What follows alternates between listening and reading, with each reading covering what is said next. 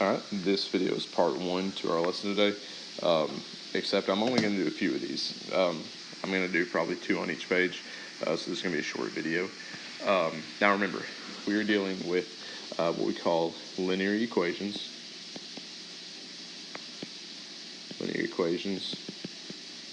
And those can be graphed. Okay, and the form we're dealing with right now is called slope-intercept form. Okay, slope-intercept form. Now the thing to remember is slope-intercept form is written like this: y equals mx plus b. And for right now, for what we're doing, y and x just stay y and x. We're just going to leave those. And remember, m stands for slope, and b stands for y-intercept. Now the slope is just the way the line moves, and the y-intercept is where the line crosses the what we call the y-axis, which is this. Okay, so x-axis, y-axis. Okay, so let's just graph. Let's do number 2. So the slope is always just going to be the number in front of x, and then the y-intercept is going to be this constant. So these. Okay, the y-intercept is just going to be -4. Okay, -4. And then the slope is going to be 3. However, remember, we always want our slope. We think of it as what we call rise over run. We always want it to be a fraction. So if it's a whole number, make it a fraction over 1. Now what this means is our line is going to go up 3 over 1. Okay, so to graph this, all you do is you put your y-intercept, okay, on the y-axis. Okay, so -4 is going to be right here. Okay, that's -4.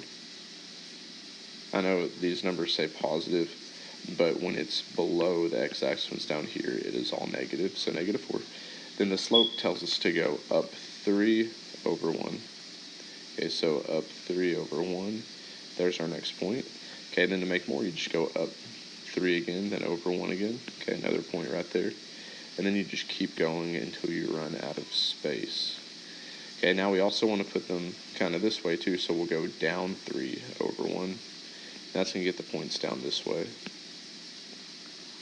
Okay, so hopefully this is pretty decent review for the previous day's lesson. So that is how we graph that one. Alright, so just remember the number in front of x on all these is the slope. So the slope for this one is 2 over 3, meaning you're going to go up 2 over 3. Then the y-intercept is going to be +5.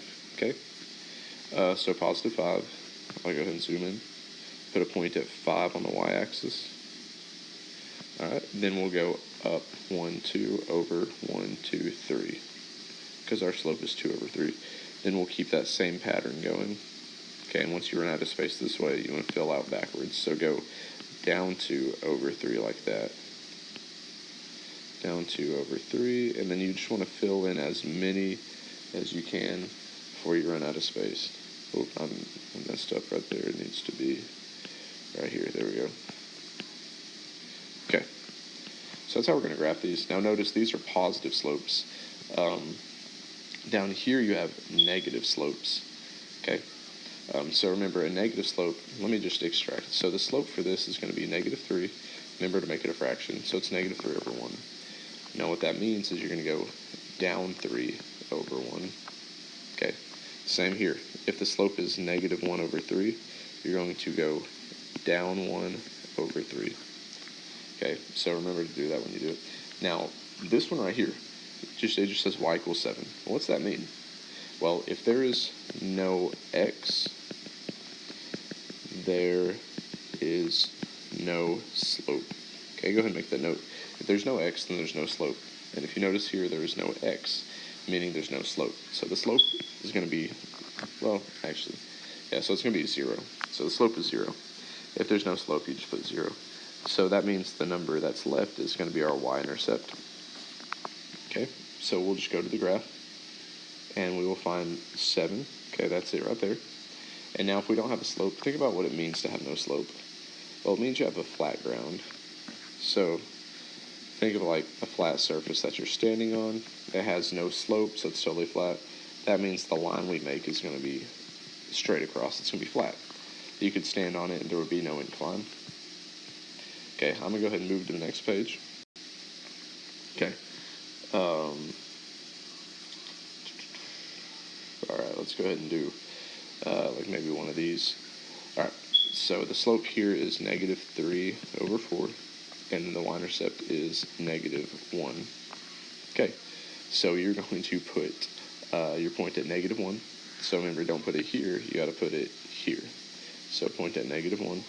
I'll use a different color. There we go, point at -1.